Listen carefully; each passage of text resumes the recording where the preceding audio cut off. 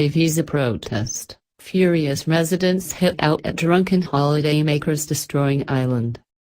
Hundreds of protesters have taken to the streets of IBIZA to demonstrate against drunken mass tourism they say is destroying the island.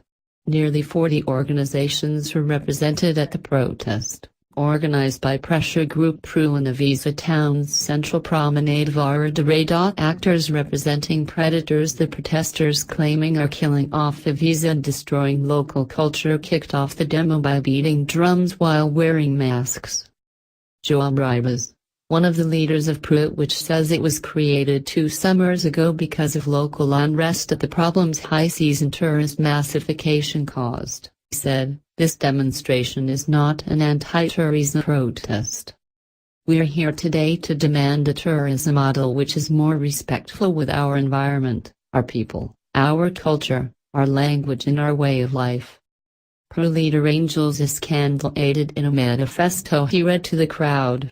"We don't reject tourism, but we do reject tourism which is unlimited, disrespectful and excessive. We have paid too high a price for the questionable privilege of having international fame. Along the way we've created a monster which has swallowed up everything that identifies us." PRU said in October 2016, soon after it launched, that it wanted to fight back against problems like packed beaches, environmental deterioration, robberies, noise and traffic jams that came with IBIZA's tourist massification in summer.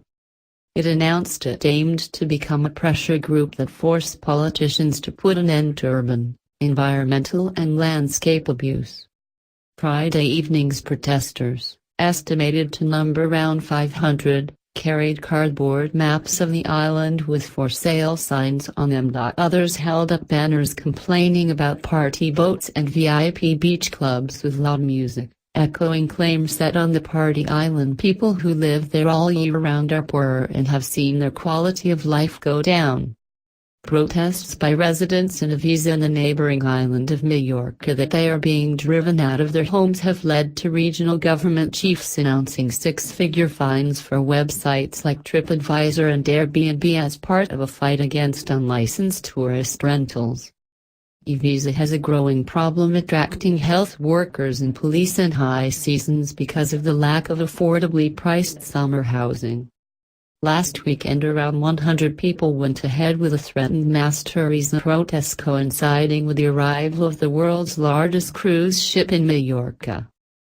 The demonstrators held up banners with messages including "Stop Cruises Palma" and "Horror of the Seas" shortly after the Symphony of the Seas, which can carry up to 6,680 passengers and 2,200 crew, docked at Palma port last Sunday. Organizers of the Midday protest, backed by local environmental groups including GOB, claimed holidaymakers on the giant cruise ship would add to the contamination and tourist saturation the Majorcan capital is already experiencing. Symphony of the Seas, the latest ship from the Royal Caribbean Cruise Line to claim the record as the largest in the world, will make a number of stops in Palma between now and the end of summer as part of 7-night med cruises. Tensions over tourism in places like the Balearic Islands and Barcelona have increased in recent years.